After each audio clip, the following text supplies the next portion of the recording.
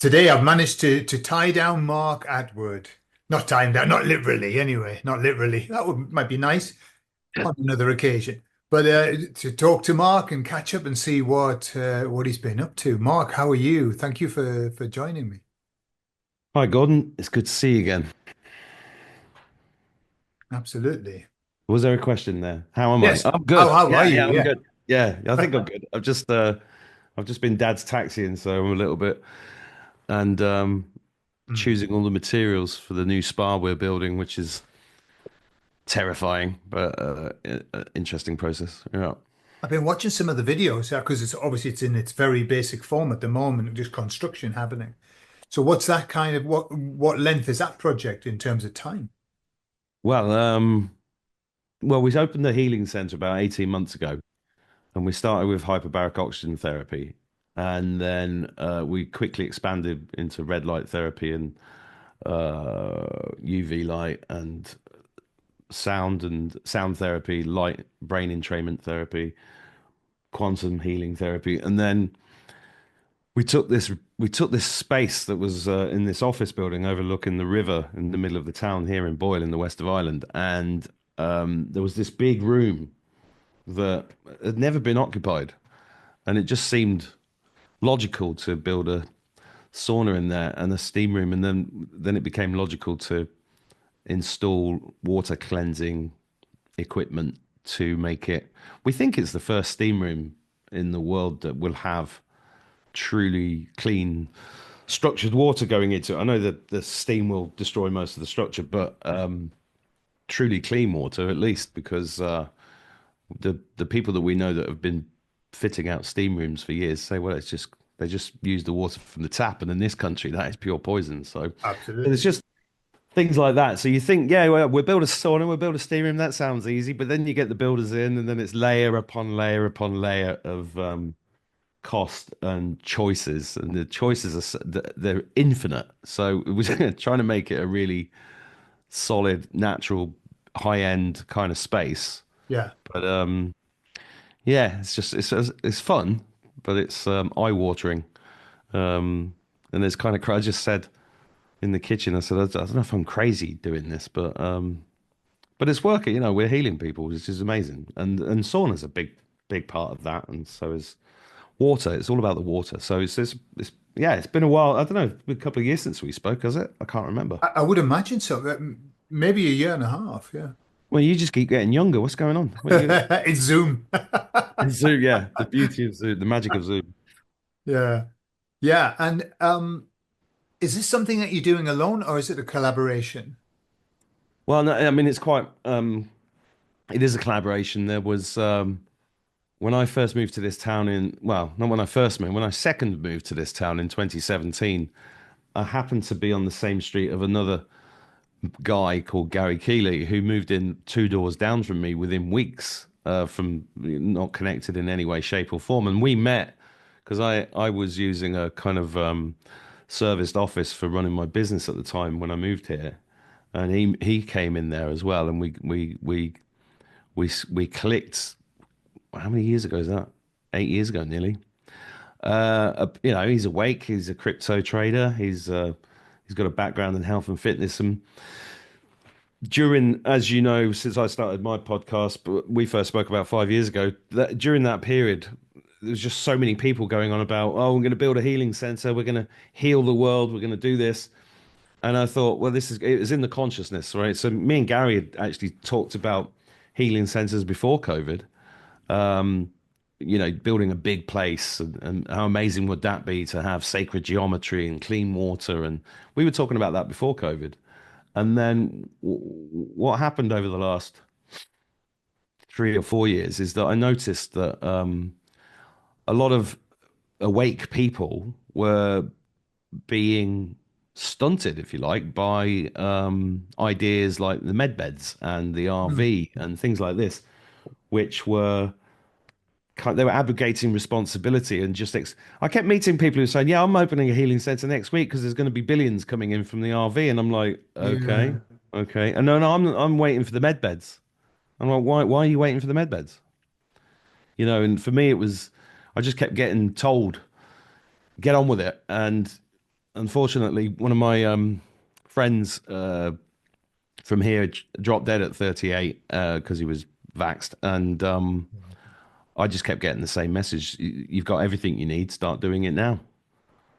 So we did, and Okay. it's been an amazing. I don't like using the word journey because it's a bit overused in this world, but yeah, it's just been an amazing experience, I suppose. If you told me that I'd own a healing center a few years ago, I'd have laughed at you. But it is amazing to bring, because, on my podcast, I've tried to interview. Oh, sorry, more children. They Okay. always ring when I'm on doing a show. Um, on the podcast that I've been running, I've been trying to speak to as many people as possible who know more than me about things, and healing's been a big part of that. So we've just brought all that knowledge together under one roof and try to do that, which is it's good. Sure. It's good fun as well. And it sounded like I'm moaning about it. I'm not. It's amazing fun. It's just like it's like having another bloody business. That's the only problem. You've got all the things associated with that because I thought I'd never do that again, but Sure. here we are. Sure. Yeah.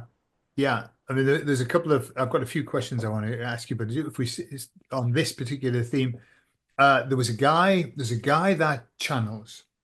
You've talked to him, I think recently, and he was talking about something that he saw coming forward, and he was saying there's going to be this couple, and they're going to build drop-in healing centers all over the world, and they're going to make billions out of it. Yeah. And he was talking about that kind of, this idea, because the astrologers that I'm hearing talk about this year, they're talking about this shift to spirituality. Lots and lots of people are going to shift that way.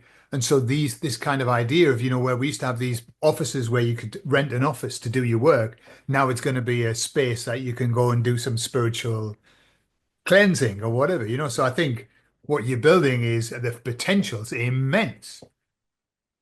Well, that's the crazy thing as well. I mean, we'd only been open 3 months, and I was driving down to Cork to see a woman called Julie Reed, um, because she bought this book. I don't know. I should send you one of these.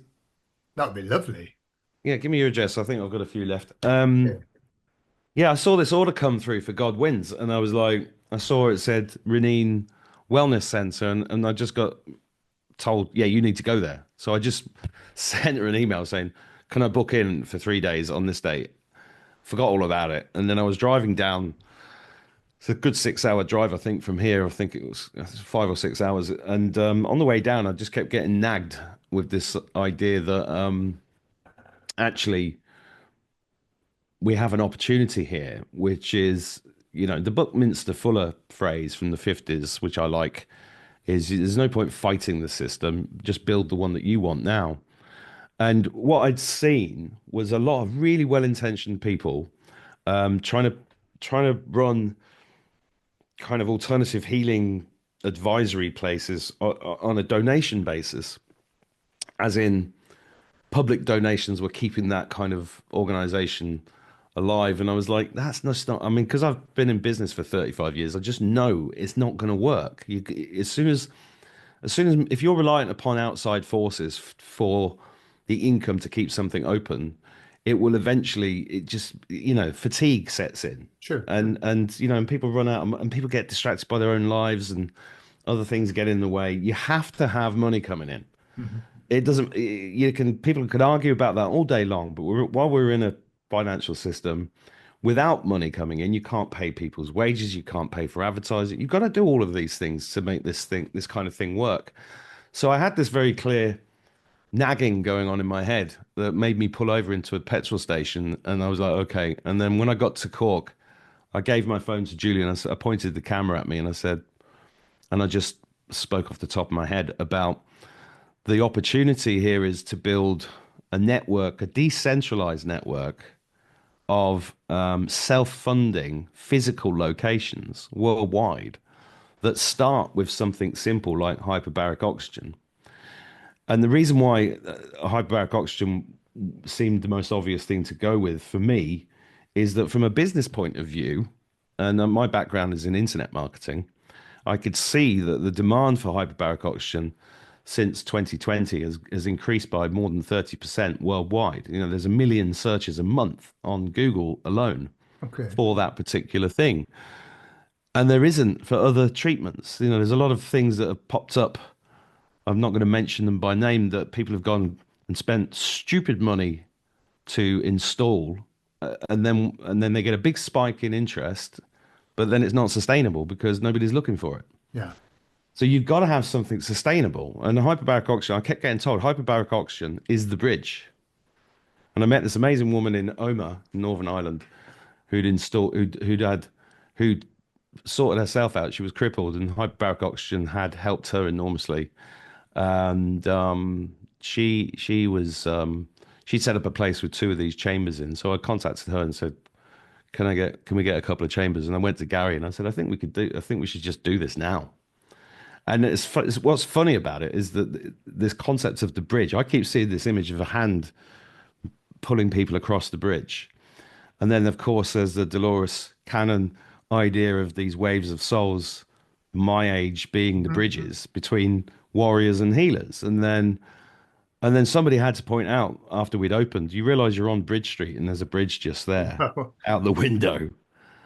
So it was all very divinely guided. And yeah, so I made this video saying, well, there's an opportunity here, I think, because it actually isn't that difficult to set this up as a sustainable business that you could expand into and then create this network of linked places, but using the kind of cabal structures as weapons, not weapons, maybe not the right word, but using the idea of branding, homogenous products, the whole Sure. McDonald's kind of thing, Sure. Franchising it. Yeah. franchising in a way that, but in a slightly different way, because we're not motivated by profits by opening this place. We're motivated by healing. But by the same time, you still have, it's like that whole, one of the themes of the last 5 years for people like us is like, well, you got one foot in 3D and one foot in 5D for simple terms. And you feel like one minute you've got to sort out your bills and everything. The next minute you're conversing with spaceships and, you've got all this, it's straddling those two worlds. And, Sure. and I Sure. think Live 5D Health is kind of trying to do that. We're trying to create something in the private which uses all my marketing experience. I mean, before COVID, I spent years being an expert of getting websites to the top of Google. I've been doing search engine optimization since 1998. I wrote books on it. I wrote courses on it. I think there's one here actually. Yeah, look. A younger me, the Technophone's All Guide to right. Internet Marketing. That was like an 8-hour course I did off the top of my head. Right. DVDs, that's how old I am. Uh, Well, at least but it's not tapes anyway. yeah, no audio tapes. Not that old. But so it was like, well, let's bring all these things together. And Gary's got years of experience working in the health and fitness industry. You put those two things together, and you've got quite a powerful thing. But we did that video and launched that, and literally, I've been saying to people for about a year, oh, we've had 600 franchise inquiries. And I checked it the other week; it's 750. And I'm Wow. like, again, that is a massive undertaking, So, and Of we've been course. so busy trying to make the thing work, get the right staff in place, get the thing working, functioning, so that it is actually healing people rather than, just being a thing you go and try out. And that's been an amazing experience, just learning how to do that. Yeah. And not excluding anybody as well. I mean, if people are in serious health problems and they've got real financial difficulty, we don't charge them. Mm. We literally want to prove that we can help people by just detoxifying them. Really, it's about nutrition and detox, and water's key to that. Food's key to that. But oxygen, light, sound, these are the things that, and frequency, these are the things that really help people get back to homeostasis, which is what the objective of the whole place is. And yeah, so I've carved out a bit of a mission for the next 30 years if I live that long. Absolutely. I'm sure you will. I'm sure you will. Where Well, else are you going to go to? Where else are you going to go to? I don't know. We still get attacked, I mean, I'm constantly under spiritual attack, but also physically. There's a troll round here. The island's biggest troll happens to live in the next village, and she's constantly attacking us and trying to get us closed down and all that kind of stuff. So Wow. it's got its own challenges. Sure. Um, Sure. but yeah, Yeah. we shall prevail. Always, and I'm sure you know when you do good work like that, then you are looked after as well. You know, on Oh an yeah, energetic we level. know that. Yeah, Sure. definitely, definitely. Right. So that fantastic. That sounds brilliant, and I wish you every success in doing that. I want to ask you about something that I've heard you talk about a lot, and we never really had a chance to get into it. But it's something that at the end of this month, I'm going to my next ayahuasca Oh, retreat. Okay, I go twice a year. I've been doing it for the last 5 years. Yeah, last 5 years. I know you've had experience with ayahuasca. Tell us a little bit about your experiences with it. What's your opinion of it now? yeah. Well, ayahuasca.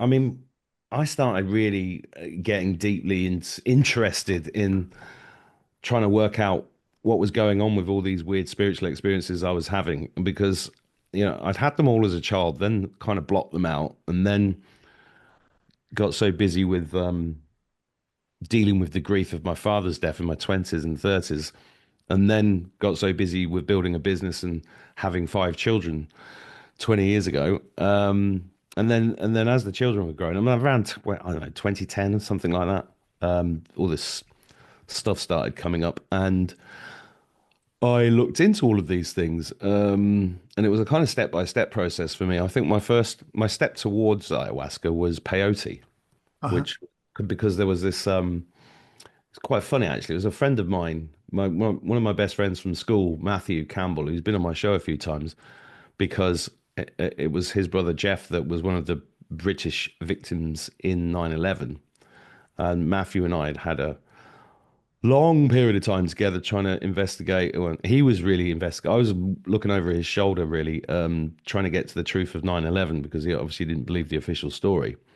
And Matt's spiritual path brought him across this guy called Quauti, who was a Mexican chief who got told by peyote to take the message out to the world, Mm. take peyote out to the world. So my first step, it was quite funny actually, because it was like here, my entrance into the new age world, I suppose you'd call it. I mean, I don't like those terms, but it's the easiest way for people to understand it. And I drove down to Glastonbury and turned up in this muddy field in my Jag with my big watch. That's the way I describe it. And there were all these spiritual people there with feathers sticking out their backsides, and they were very rude to me, actually, a lot of them. And I remember thinking, well, that's not very fucking spiritual, is it? But I had an amazing experience with peyote. The ceremony was, I think I did it 2 or 3 times in the end. I think it's called Way of the Warrior. The kids in indigenous tribes, 4-year-olds do it. Sure, And sure. and it was beautiful. It was a really beautiful experience because it Does really it have a connected. short duration, the peyote, or how long does it last for? But you get there at about 6 o'clock in the evening, and then they start a fire in the wigwam, and then 8 o'clock the ceremony starts. And I think you probably get fed the peyote at about 10 or 11 o'clock at night, and then it goes on all the way through to the next morning. Oh, right. So it's quite a long duration. Yeah, Yeah. yeah. I mean, it's probably longer than ayahuasca Yeah. because if you do an ayahuasca ceremony, you probably drink twice in an evening. Similar kind of thing, really. But anyway, that led to ayahuasca, and with the ayahuasca coming to it, what I learned, I mean, it was, got to try and give a context to it because I was like, I think it was my ex-wife had done a lot of research into it, and we were discussing it a lot. And to be honest, I was afraid of it. I was actually like, Jesus, that sounds scary. Sure. And part of that fear had come from when I was in the RAF. They put the fear of God into us about anything hallucinogenic. Because obviously you don't want to be having a trip when you're flying a jet. Sure. So, I was a bit afraid of it. But then, and I remember the phone call I had with the guy that was running the retreat, and then he was talking to me in this way that just made me. I was taking the mickey out of him. It's quite funny looking back on it. But he was saying, "The grandmother knows when you're ready," and all of this, and I was like, the grandmother? What are you talking about? This is fucking drugs, isn't it?" But anyway, I went and did it. I had amazing experiences with it. I think I drank about 10 times. And Right. excuse me, for me, what I remember is you drink this stuff, and then you're in a room with a load of people, and everybody's dressed in white, and there's amazing music going on, and you're like, right, when's it going to kick in? And then before you know it, you're there. And we were lying down, and it was like going through. What I remember is like going through it was like going through a series of locked gates that were being unlocked by this small character that was a kind of cartoon character, but you couldn't actually look at him directly. He was like, it doesn't matter where you looked, he was always out of direct eye line. And I read later, I think Joe Rogan and stuff, they described this character as like a mechanical elf or something. I can't remember. But then it was like going through a kind of weird theme park. It was like steampunk Disney.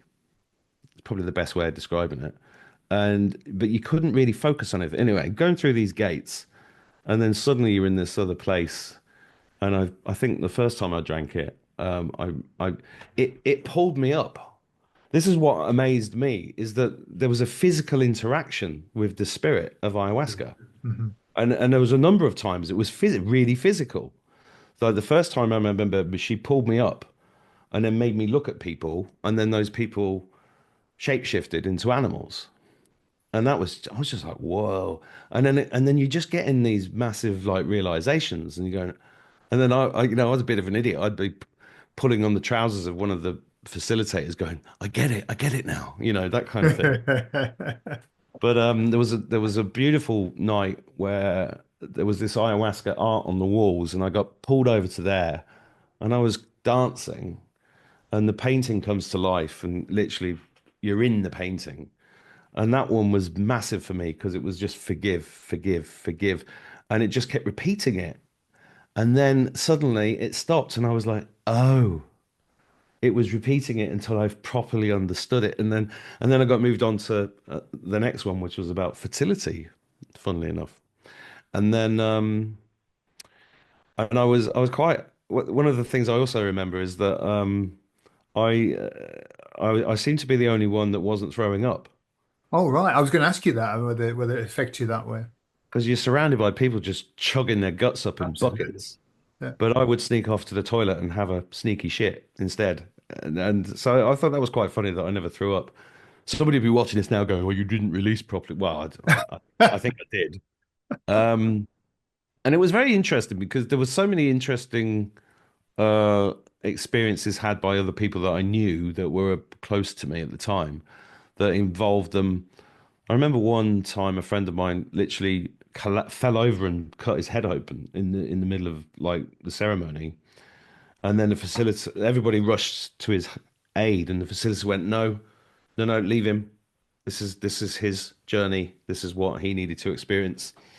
And I remember struggling with that at the time, but understanding it now, looking back on it, in the Mm. same way that I understand that COVID was a spiritual experience for the whole world, which at the time you're angry and you're like, no, we've got to save everybody. But then you come to these bigger picture conclusions about these things because of, and so ayahuasca has helped me enormously. And I did for years, and I still do occasionally see that mechanical uh, character. Sometimes I think he's behind me, and then he disappears. Yeah, So, so the spirit of ayahuasca has never left sure. me, but I've not felt the need to go back to it for quite a number of years. Yeah. And I did find there were a lot of people there because one of my heroes in my journey was Stuart Wilde. Do you Not remember familiar him? with him. No. Well, Stuart Wilde was the first author to be published by Hay House after Louise had had the big hit with "You Can Heal Yourself," Oh, and okay. he was a British character, I think is the best way of putting it, who made millions in his early 20s with in the jeans industry in the early 60s. And then he had a big spiritual awakening and basically dropped the keys of his Rolls Royce down the drain at the age of 28 or whatever, and then just wandered the earth for the next 30 years. And he'd been touring the States giving talks about the infinite self and concepts like that about the true nature of spirituality. And I found him very interesting because he was running ayahuasca retreats in the 80s and 90s. And I'd met some people who drunk with him, and I was like, "Oh my God, you drank with Stuart Wilde! Wow, that's amazing." And I looked at some of these people, and I was like, "Hang on a minute, you've been doing ayahuasca now for 30 years. you don't seem to have evolved at all. And that's when I realized that these things are just, they are tools Sure.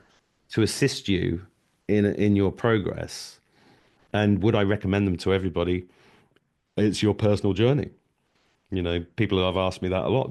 Should I do ayahuasca? I said, you'll know when you know. Yeah. You know, it's your choice. It's your and the spirit of ayahuasca is a very, very real thing. One of my favorite memories actually is that there was this chakra clearing session where literally the spirit pushed me against the wall, and then we'd have to learn different tones, and this was really hard work. This went on for hours and hours and hours, and it would be like, right now we're going to learn how to clear the crown chakra, and it was this really high pitch, like makes me cough when I do it now. And but she would be, I could feel fingers against my moving my vocal cords Yeah. to get me to get the right pitch. Yeah. And that's extraordinary, isn't it? What was that? Well, unless you've experienced ayahuasca, it's very difficult to kind of understand what that is. But once you've had those experiences, anyone who's done it go, yeah, yes, I'm with you on that. I understand what that is. Although we don't know what it is, but boy, it's very real. Oh, it's real. I mean, and I realized it led me to conclusions like I realized the word hallucinate is nonsense. Hmm. You don't hallucinate. You get taken into a different aspect or a different dimension. Sure. That's not a hallucination. That is, and it's not happening in your head. It's incredible. Yeah. And I often, if I ever feel stressed about anything, sometimes I'll just go back to that and go, hang on a minute, this isn't. Why am I getting stressed for? This is all make believe. You know, Yeah. it's ridiculous, so it's really good in that respect. But I know it does freak a lot of people out, and a lot of people. And that's the other thing I learned is there's no such thing as a bad trip. No. Bad trip is really a good trip. Yeah, exactly. Yeah. And that when that dawned on me, I was like, oh, because people would say, oh, I had a terrible. I was terrified. I got taken down in a lift with incubus and this demon, and I went down into the depths of hell. And I was going, well, that's exactly what you needed Absolutely. Yeah. because you get given exactly what you need. I read I'll pick up on a couple of points you said because the important the way I see ayahuasca. Yes, I've met people who've done so many journeys with ayahuasca, and they don't seem to have evolved as you say, because ayahuasca gives you a message, it shows you, but it doesn't do it for you. It just shows you, just Yeah, gives you the message. This is what you've got to deal with, and it's your choice after that. It gives you homework. I always think it gives you yeah, homework. yeah. You have to go away and do the homework. And what I find is if I don't do the homework, when I go back, I get my bottom smacked for Yeah, not having done the homework. yeah. Yeah. Yeah. But that's why she's called the grandmother, right? Yeah. Because, and I'll just tell this for the viewers who don't know. So peyote is known as the grandfather, and ayahuasca is known as the grandmother because she's really harsh on you, and he's a lot softer. Yeah. It's what I would call it's like very spiky. Where, when you go into initially Tough love. you take it and it's tough love it is. You take it and then you go into this mad period, the mad bit. And then it gets nice after that. But in that mad bit, that's when you have your backside smacked, you're showing all of your weaknesses, all of your, the things that you have to deal with. But after that, it's like I'll smack you and I'll make you pay attention, and then I'm going to give you the love Yeah, because we do love you, but we yeah. want you to be something different to what you are. It's a hell of an experience. Oh, it is. And yeah. You've made me feel like going and doing it again now. I've not thought about these things for a while. Well, my shaman, beautiful experience here in Spain. He's just in Spain, and I go there. It's only a couple of hours up the road for me. Oh, you're tempting me, Gordon. Get on a So plane to Spain. on a plane to Spain, yeah, yeah. Yeah. Well, We could do with some sunshine. There's fuck all here. well, we're not quite in the sunshine yet. It's okay, but it's let's have a look, 12 degrees. No, So, yeah. Right, tropical. next question then for you. And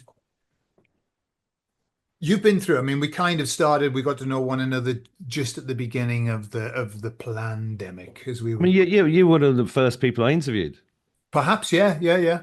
Yeah, and when you did that regression on me when I saw that Arcturian, which I didn't know what an Arcturian was then. So that Sure. there's a couple of moments in the last 5 years where you've given me some amazing experiences. So I'm still grateful for those. So thank you for those. You're welcome. Yeah. And what was interesting, it would be I did that with you. And I got this incredible wave of people who all wanted to do past life regression because I did it on a couple of channels and it was just, I was overwhelmed for 3 years. Yeah. It became a job and it was very tough. But the 50% of the people that did past life regressions after that were not going to a past life in this 3D, but in another one. Mm, And when I first started, everybody had a past life on the earth. But there's something shifted and now people are getting in touch with these other lives. It's really interesting. mm. So I was going to talk to you about that, right? So we're all on this journey, this word that it's overused, but we're on this journey. How do you think the whole COVID thing, the pandemic, how has it changed you as a person? I don't think it's fundamentally changed me at all. I've been a conspiracy theorist for most of my life, and it's actually quite a relief to see all the stuff I've been going on about for decades being true, which is weird because in a way you don't want them to be true because they're so horrific, some of them. But Sure, but it is quite amazing. And how's it changed me as a person? Well, I've definitely evolved, myself personally. I mean, for me, every year for 2020, 21, 22, 23, 24, it was like there was one big, massive spiritual lesson that I mean, for me, it's been like a 3D version of an ayahuasca journey. sure. And one of those biggest ones for me was boundaries. I didn't have any boundaries. I was a complete idiot in that respect. And that a couple of years ago, I just kept hearing it. Boundaries, you need boundaries, you need boundaries. And then I kept doing things that Mark normally did. It's like I lent out a lot of money to people in the last 5 years that I thought, we're in this together, we're in a war together. They're I can afford to lend them some money. So I lent them money, and then hardly any of them have paid me back. And it's like one big massive lesson. The even in the middle of a spiritual war, people are still arseholes. Sure. And it's been and so I've had to put up boundaries in that respect. I've definitely improved my health. It's been a slow journey, but I've definitely improved my health. I mean, I was nearly dead 7 years ago, so I'm very grateful to still be here in that respect. And a lot of the healing stuff that I've been doing has helped me enormously with that. But it's ultimately it's an inside job with that. I've learned that you can't heal everybody. They've got to do the work themselves, including myself. Yeah.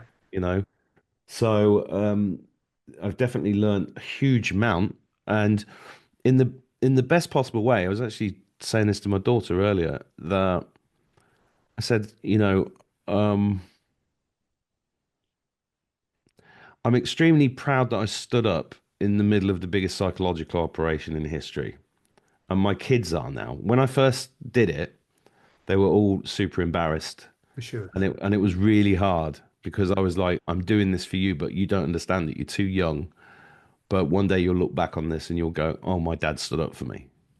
And that is, if I died now, that would be, I finally became me. Yeah. I finally became me, and I have zero fear about anybody's opinion about me at all. And I've kissed a lot of frogs on this journey as well, Mhm. but I have no regrets about any of it.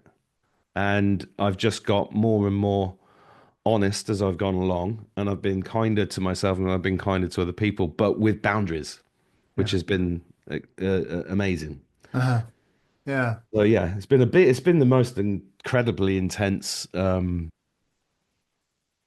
experience you could ever imagine. And I know that I chose to be here. I know that. I know that this is all part of what we were all, any of us that's awake at the moment came here to do this, whatever this work that we're doing.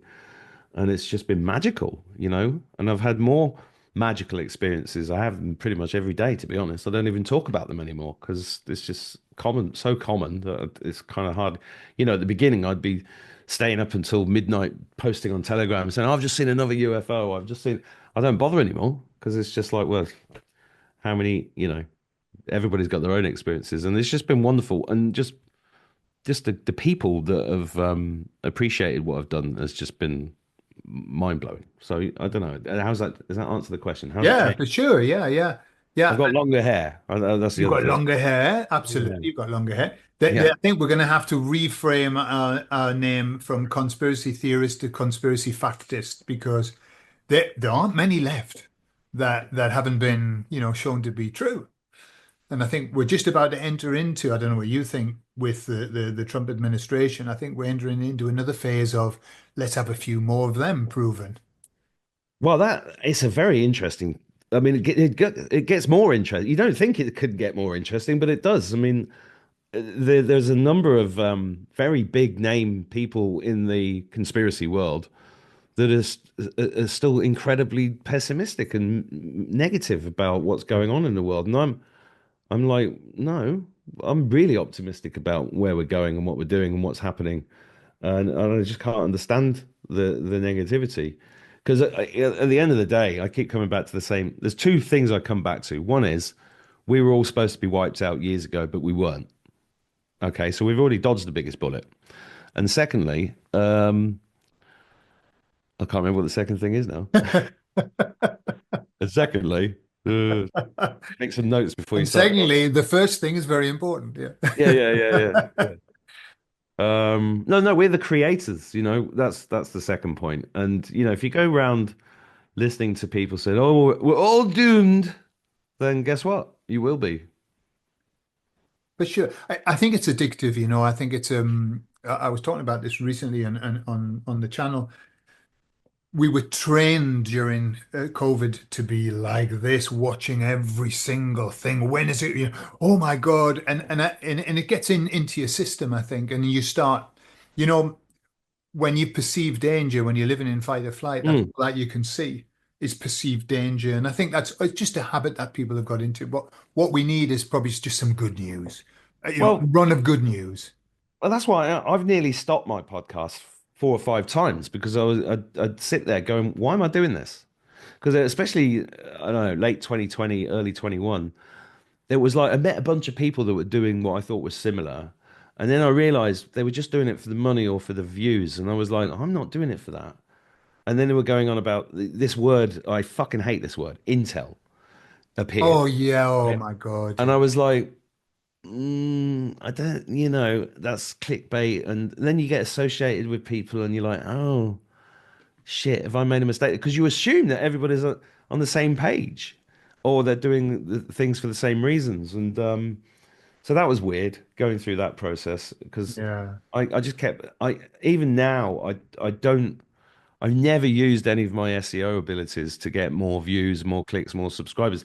That's not to say it's not bloody annoying when YouTube takes your channel down with no warning with 60,000 subscribers because you're like, well, I put a lot of fucking work into that.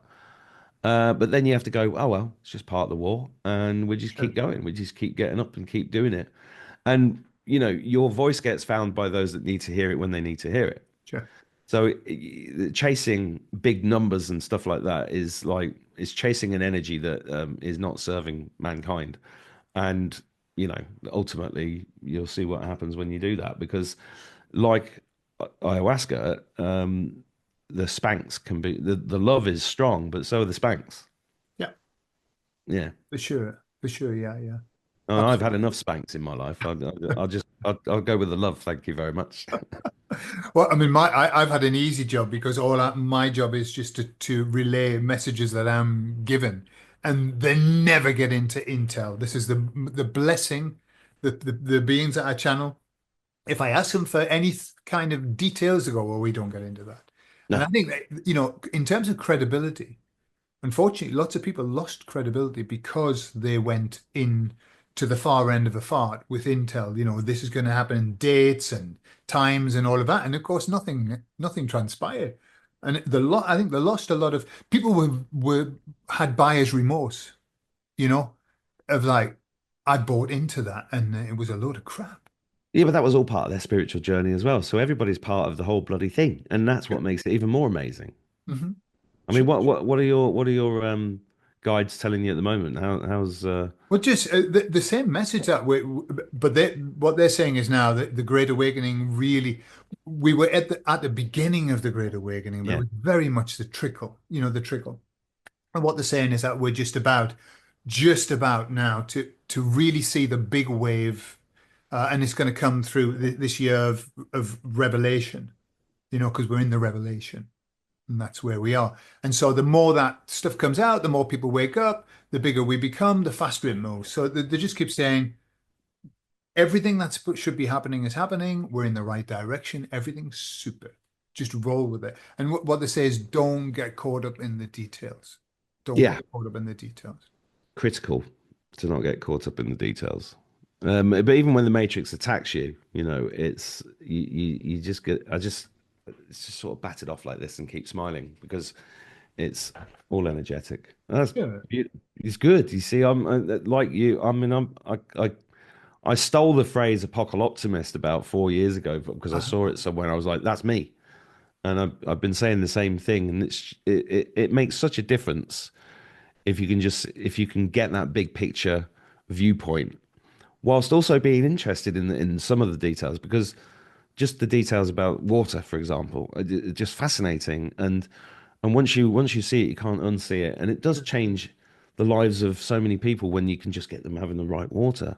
And it's like I love that. I love the simplicity of that. Or going barefoot on the grass for 20 minutes. These things that I was talking about theoretically years ago, and I was halfway there. But seeing your own consciousness unlocking and going through those gates, the same as the ayahuasca, it's like going through those gates of consciousness. I think that's what they are. Um, the teacher arrives when the student's ready, and all of Yeah. these, and I love learning, we all want the world to catch up with what we've learned, and it seems to be happening now, and it's kind of. I'm almost too busy to be enjoying it. That's the other thing. I want to sit back and just watch this thing unfold, but I only have so many hours in the day. And the other thing I kept getting last year was, or the year before, was it's all about love at home. Take care of your family and nurture that love at home, and you will be nurtured back. And that is the best thing that you can do, Hmm. um, Hmm. which is what I've been doing really.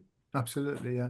I mean, one thing I've admired about what you've done, which is this constancy, where you've always said that you're optimistic about the future, and the way that I've always looked at it, I'm exactly the same. I'm an eternal optimist. Why? Why the fuck not?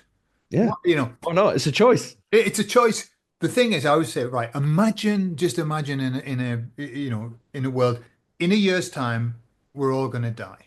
Yeah. Right? Just imagine we all die. I've got a choice of I can spend the next year saying we're all going to die and be as miserable as shit for the last year of my life, or I can say it's all going to get fixed and Yeah. be at least happy for the last year of my life. Yeah. To me, it's not. It's an obvious choice.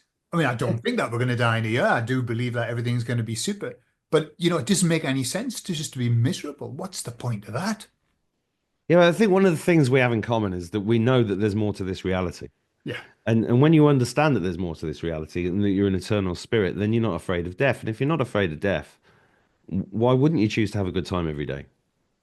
absolutely. Because, and I remember having that conversation in the schoolyard when I was 11.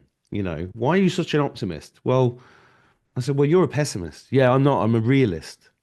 And I would go, well, okay, you're a realist. And we're both heading towards our future. But the difference between you and me is I'm going to have a better time getting there than you. Just have some fun on the way. Yeah. Yeah. Be excited. Yeah, be excited about and the thing is we know how the universe works. If you go through your life excited, expecting the best, bloody hell, 9 times out of 10, it's going to happen to you. Not Well, all. that's, yeah, exactly. And we all get stressed. It is a stressful place to live. This is a very, very dense place. And I have found myself, I look up every night, the stars, and sometimes I'm looking up going, come on, what's going on? What's going on? And then suddenly I remember to smile. And as soon as I crack a smile, they start moving again. And that's my kind of barometer, really. It's just like it's so much easier when you smile and you crack jokes and you try to enjoy yourself, and don't beat yourself up. Do your best. That's Absolutely. And just remember that nobody likes a miserable bastard. You know, nobody wants to be around miserable bastards. that's a good point. Yeah. Well, that's fantastic. Well, Mark, listen, I've really enjoyed the conversation and the catch up, Yeah. and It's great to see you. every success in all of your projects that you're doing. You're doing a fantastic job. Thank you. Well, we're just doing our best. Send me an address. I'll send you a book. Yeah, okay, lovely. I will do. Yeah. I'll have All to right, come to Mark. Spain someday as well. All right. Cheers, Gordon. Take Take care. care.